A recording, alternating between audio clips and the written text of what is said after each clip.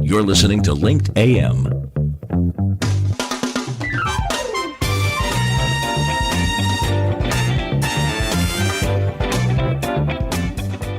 Tell your story on Linked Live and get noticed. You're listening to Carl Wolfenden on the Business Class Show and is not always affiliated with the guests and the topics discussed. Any financial statements are the opinions of the individual, and you should seek professional advice before making any decisions. Upgrade your listening to Business Class, the show that puts you in the big leather comfy seats. So sit back and enjoy our take on the trending business issues of the week. Howdy, folks. Here he is, the Texas Brit, the guy with the stiff upper lip, filling his 10-gallon hat and his cowboy boots, Carl Wolfenden. Good morning, and welcome to Linked AM here on Business Class News. And, one of the things that I've been really excited about, I mean, we've been talking about for a couple of years now about how the future of the workforce is with our students as such. And, we've had some great conversations with professors and with different, students as such. And one of the proud things that I think that I'm really proud about is that we were supporting SMU here in Dallas with a program called the Business Accelerator Program, and they had this contest. And a couple of weeks ago, I had the winner of the whole contest, Sean Subaru, on from College Plus. That was his business, and he was telling me about the sort of the balance between life as a student and an entrepreneur. And, I'd also interviewed a few weeks prior a young lady called Katie Lewis. And she, of course, is the CEO and founder of a company called Borrow. And she came in second place, which is a fantastic achievement. And she's in the studio, virtual studio, this morning with me. Hello, Katie. How are you doing? I'm great. How are you? I'm fantastic. Well, great to see you again. And again, congratulations on the award, because when I was interviewing the first time, we were doing like a little snapshot, weren't we, of what Borrow is, etc. Yeah, I felt that there was something there, and I didn't know who won or anything like that, because until I went to the award dinner, and I was so pleased to see you up on the stage. And so congratulations. And I also believe congratulations are in order because you graduated. You've graduated from SMU. Now you're in the big, wide business world. So fantastic. Yes. Yeah. I got my MBA on last Saturday. Oh, that is amazing. That's great. Well, let's just backtrack a little bit. So the Business Accelerator Program, was this program where you had to pitch in front of judges, etc. You had to put your business plan together, but it wasn't just a fictitious company. This is a real company called Borrow. So tell us what Borrow is.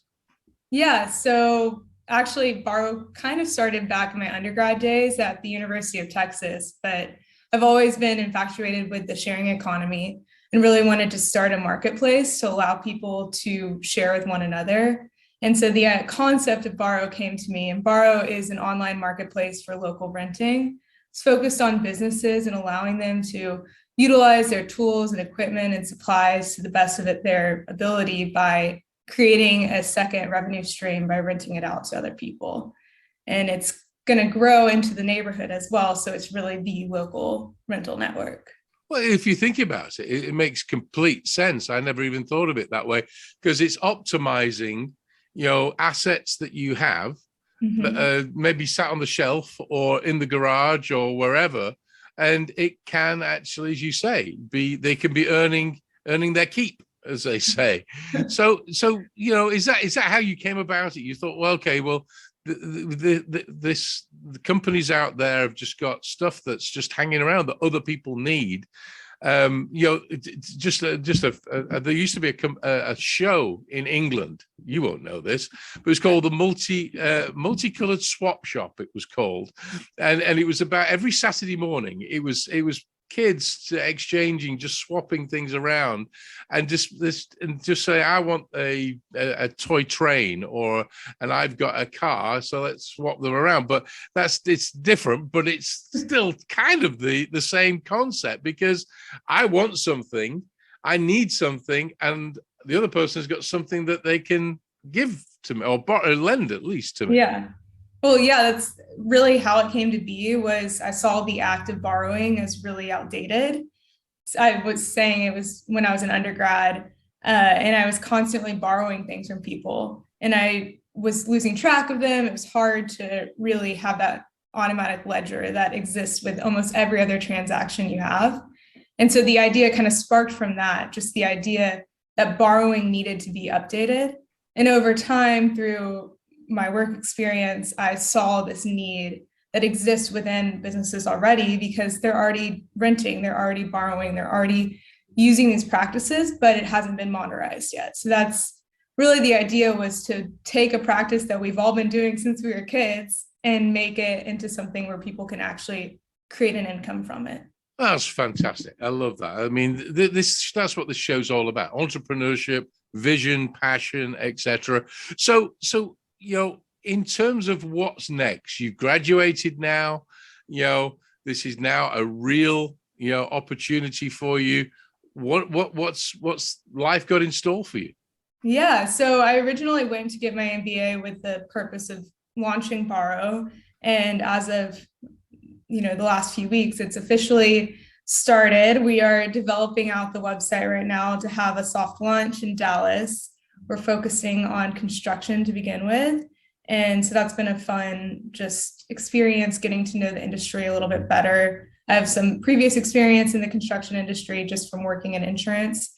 And so just expanding within Dallas. And then, we're really trying to reach many areas of Texas, small and large, so that we can have our foot in a lot of different places and start getting this going. It's kind of, the timing is great in the sense that people are looking for something to supplement maybe business losses that happen due to COVID or due to the inflation and recession and all these things that are happening at this time. It really is a point in time when businesses want an additional revenue stream, but they don't want to change their business model. So my goal and our goal is just to expand this and allow people to kind of add an additional revenue stream without having to change what they're doing, and really empowering businesses to use what they have to the fullest advantage.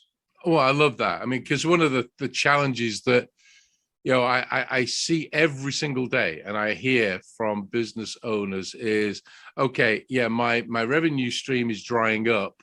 And so I've got to reinvent myself, or I've got to now go and invest and start to, create something new. Whereas really, as we said earlier, and you've just said, it's stuff that they've already got and they've already invested in. It's an asset into their company, and why not capitalize on it? So that's fantastic. So what is your go-to-market strategy? I mean, is it are you going to just be advertising on in a newspaper? No, that's gone to the whatever. What are those anyway? What are newspapers? No, it's seriously. I mean, what is your go-to-market strategy? Yeah, so because we're going after an industry that is a little bit more old school than your traditional tech company target client, we have the luxury of, it's a grassroots type company. We're able to have those word of mouth conversations with potential clients. And really the luxury of the business model is our supply is our demand. So as soon as we have our users, they fulfill both our supply on the site as well as the people who are actually renting. And we're able to make these connections just from being in this local network. I think there's a huge luxury in the Dallas-Fort Worth area of the connectivity between businesses and really businesses trying to support each other. I mean, we saw that in the Business Accelerator program as well. There's so much I guess, support in the network within the Dallas-Fort Worth area and within Texas. And, Texas, we're friendly people. And so people are excited to just try this new application. So a lot of grassroots marketing. Yeah. Well, no, it's good. And as you say, construction, as you say, is very network based, and you have to be visiting the sites and visiting the foremans, the superintendents, all of those folks, because that's how they do business. That's how they know how to do business. And guess what? They've got a big sort of excavator, sat there doing nothing, and you just say, hey, wouldn't it be great if that was making money for you today? And it can be if you use our site. So I love that. Yeah. One of the things that intrigued me was, and of course now you've graduated, this is kind of in your past, my only 2 weeks, but it's in your past, was the life balance between being a student and an entrepreneur. But the reality of it is now you've moved into the business world full time and being, a business owner, CEO, etc. You're going to be juggling other tasks as well. So I suppose it was good grounding for you to be able to, understand, how do I study? And then how do I actually, make this business work? Yeah, I think my way of doing it and what allowed me to succeed was that I went into business school with such intention on what I wanted to do. I left my job right before I started business school. So I really only had a week of off time. So that grind that I was used to never stopped. And then everything I did was for this company. So every class I took was something that would help me benefit Borrow. I did an internship in venture capital that was to help me with Borrow. Every connection I was making, I was thinking about Borrow. So it almost seemed like it was one and the same. As much as I was a student, it was part of what I needed to accomplish to be a CEO and an entrepreneur. So I guess just from having that mindset, I was able to find that cohesion between the two parts. Well, Casey, I applaud you. I mean, that's a great way of approaching it. I mean, because at the end of the day, you knew what your end goal was, and you were planning that by milestones. And I applaud you. Well, fantastic. So,